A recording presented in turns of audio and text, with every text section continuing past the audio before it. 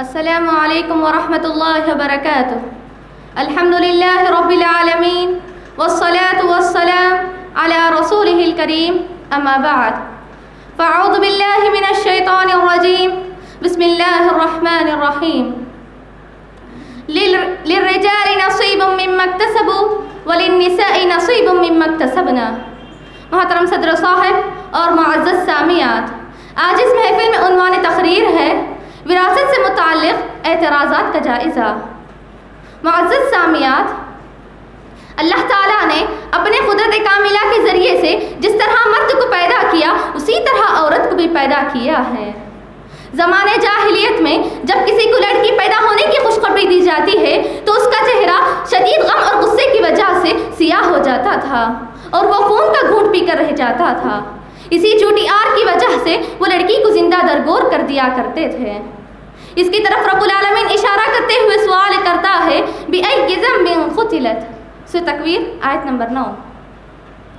معزز سامعات، اس کا حقیقی جواب یہ ہے کہ وہ لوگ عورت کو حقیر اور کمتر سمجھتے تھے، کیونکہ عورت نہ معاشی دوڑ دھوپ کر سکتی ہے، نہ ہی اپنے خاندان کے لیے دفاع کر سکتی ہے، اور نہ ہی اس کے ذریعے سے مال غنیمت حاصل ہو سکتا ہے.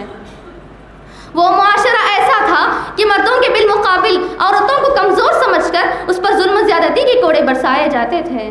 انہی وجوہات کی بنا پر وہ عورت کو حق وراثت سے محروم کر دیا جاتا تھا. معزز سامعات، یہودی مذہب میں ترکے کا مستحق صرف بیٹا یا پوتا ہوتا تھا. اگر وہ دونوں موجود نہ ہو تو بیٹی یا اس کی اولاد کو دیتے تھے.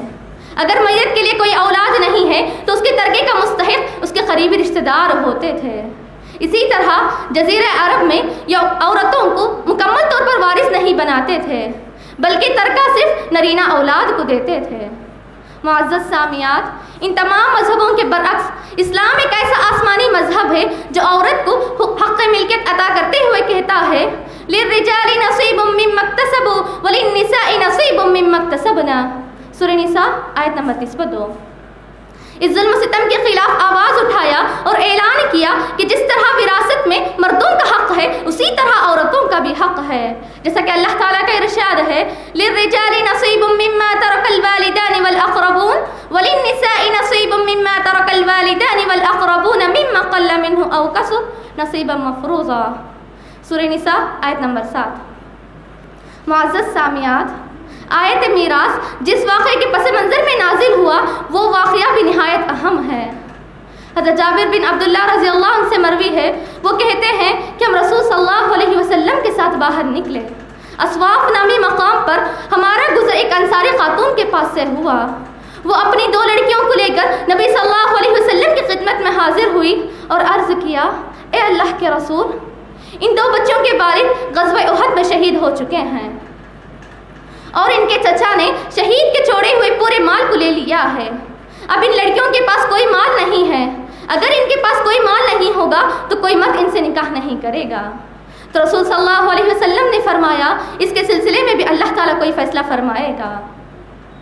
اس کے بعد سورہ نساء کی آیت نمبر 11 نازل ہوئی تو رسول صلی اللہ علیہ وسلم نے ان 2 لڑکیوں کی ماں اور ان 2 لڑکیوں کے چچا کو پکارا اور کہا کہ تم اس ترکے میں سے 2/3 حصہ نکال کر ان 2 لڑکیوں کو دے دو اور اس میں سے 8واں حصہ نکال کر ان کی ماں یعنی شہید کی بیوی کو دے دو، اور جو ترکے میں سے بچ جائے وہ تمہارا ہے. معزز سامعات، اس اصولی ہدایات کے ساتھ قرآن مجید نے میراث میں مرد اور عورت کے حقوق متعین کر دیے، جیسا کہ اللہ تعالیٰ کا ارشاد ہے للذکر مثل حظ الانثیین. سورہ نساء آیت نمبر 11. لیکن یہاں پر معترضین اعتراض کرتے ہیں کہ اسلام نے مرد اور عورت کے ساتھ توازن اور مساوات نہیں برتی گئی ہے. مرد کا حق عورت کے حق سے زیادہ رکھا گیا ہے. لیکن یہ اعتراض بے بنیاد اعتراض ہے. اسلام کے قانون وراثت سے ناواقف ہونے کا نتیجہ ہے. جو شخص اسلام کے قانون وراثت سے ناواقف ہوگا اسے طرح طرح کی غلط فہمیاں پیدا ہوتی رہے گی. معزز سامعات، اس اعتراض کا پہلا جواب قرآن مجید اسی آیت میں خود دیتا ہے، جیسا کہ اللہ تعالیٰ کا ارشاد ہے للذکر مثل حظ الانثیین، یعنی لڑکے کا حصہ 2 لڑکیوں کے حصے کے برابر ہے. یہاں پر اصل لڑکیوں کا ہی حصہ بتایا گیا ہے.